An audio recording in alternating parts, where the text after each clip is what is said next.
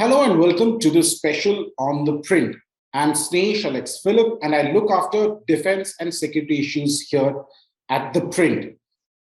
Today we are discussing a very important topic. If you have been following the print, you would know that the government is almost in the final stages of finalizing a new recruitment policy for the armed forces. Now, this has been under discussion over the last 2 years since March 2020. But now it has almost been finalized. The DMA has finalized it, has gone to the Defense Ministry. Now the highest office, that is the PMO, is looking after it.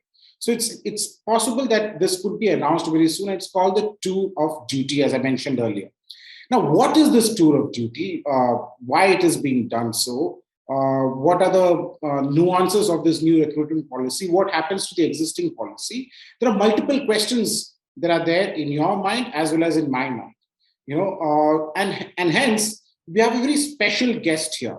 I have with me Maj Gen Yash Mor, who's now retired from the army, and somebody who's been very vocal about the fact that for the last 2 years, there has not been any recruitment rallies being conducted by the army, the Air Force, or the Navy. Now, what this has led to is a vacancy of nearly about 130,000. Of the majority of which is from the army, about 1.2 lakhs. So welcome to the print, General Mor. Thank you, Snehesh. Always a pleasure being on your platform. So, what is this tour of duty? If you could explain to your viewers. See, frankly, I haven't seen any real proposal in my service. I've only read what is there in the open media and what has been going on in the military. Discussion on this is on for last about 2-3 years. Yeah. That the pension bill is too high, and to save money for capital procurement or to invest money in modernization of the army, we need to reduce the expenditure on pay, allowances, pension. Also, that appears to be the aim. So probably taking cue from many foreign countries where people come in the service for 2 years, 3 years, and then leave, get disciplined and leave. You don't have to pay them much. You don't have to pay and allowances, medical. They just come and go back into the civil street. That probably is the aim. So I also know that this has been on, and they've given it very, name like Agni Veer and Agni Path and things like that. And initially it was about 100 officers and 1,000 men to be brought in with this as an experiment. Now I believe the proposal for the officers has been shot down by the service headquarters themselves, because you can't get officers for 2 years and, not in India, at least not presently. And about men, I think the proposal is seriously going on. So that is what I know about this. I have been vocal, and this thing about the rallies, you're right on that, because I come from rural area. I am in touch with my roots. Which is in rural Haryana. I meet a lot of young people when I travel, and I'm in touch through my YouTube channel, my writings, all with the young generation of India across the country. So I see their pain. I see them running. They approach me, and for 2 years, Snehesh, they have cleared their exams.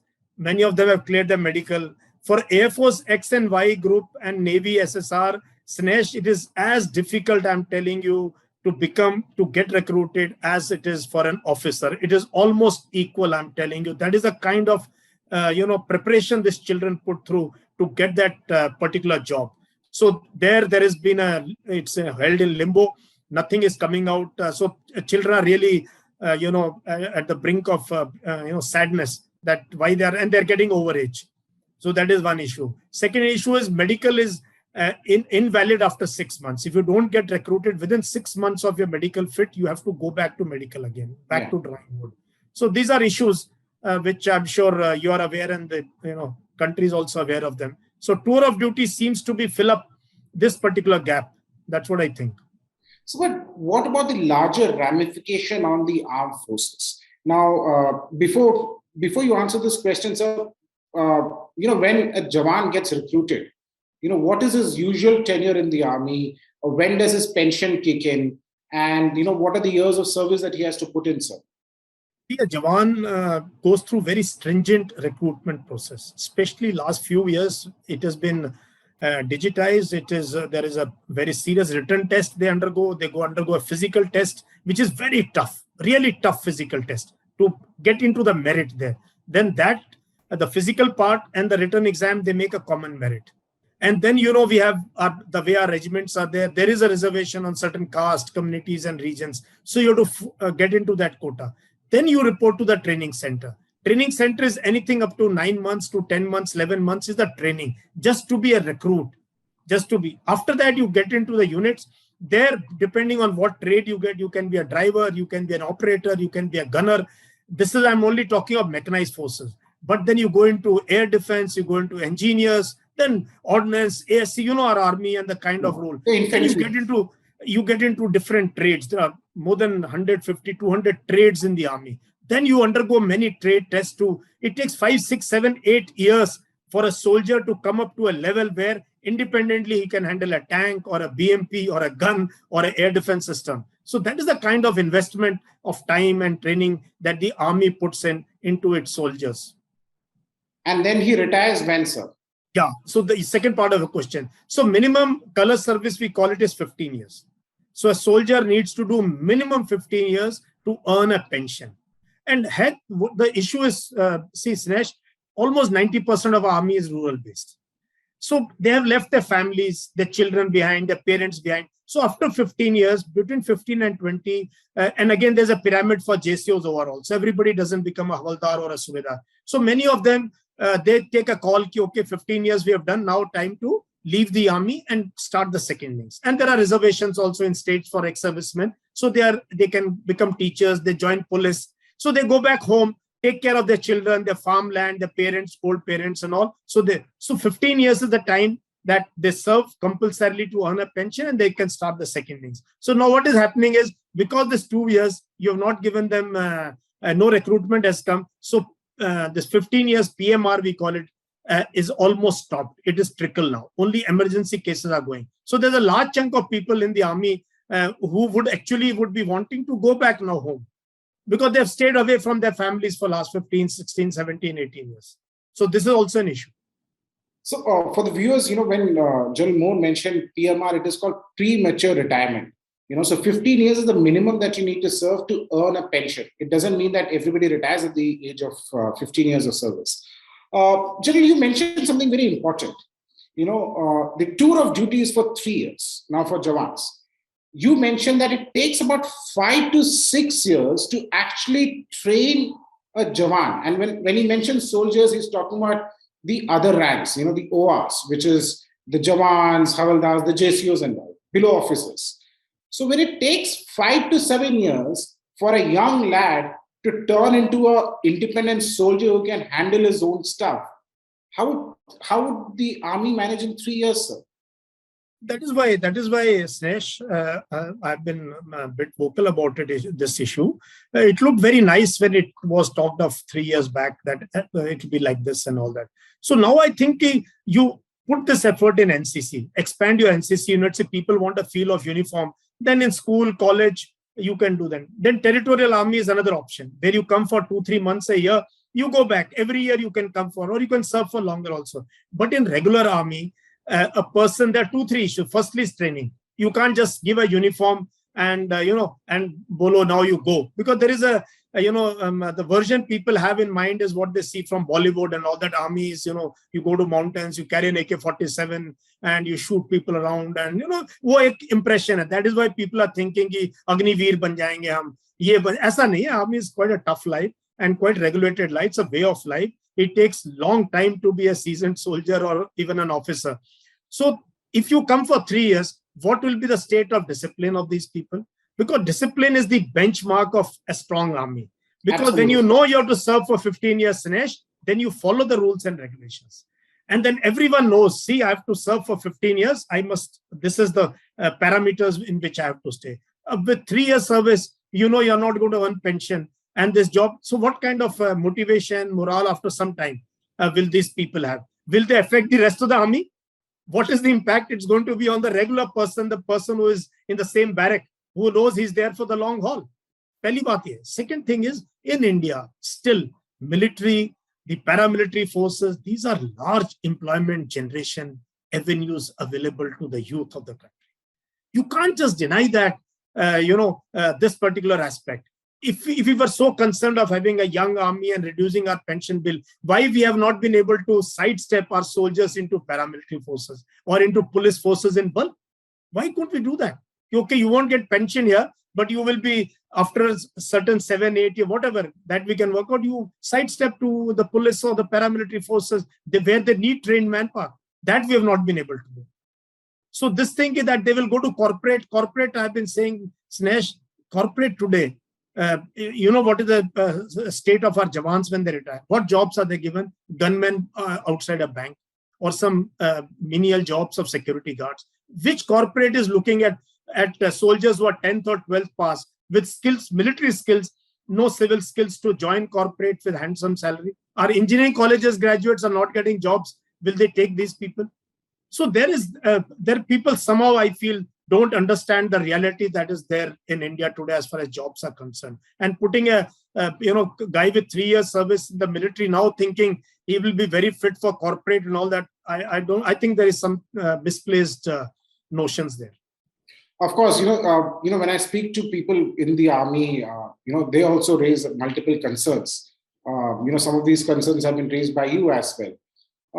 But do you think, you said when it first was talked about, you felt it was a good idea. Do you think that this tour of duty is good or bad? Now I don't see much merit in it. Firstly, we must recruit these people. Firstly, we must give age relaxation to people who have not been able to join because of the system fault. All academies are running full, Snehesh. SSBs are full. Every day, 100, 200 children are reporting for SSBs.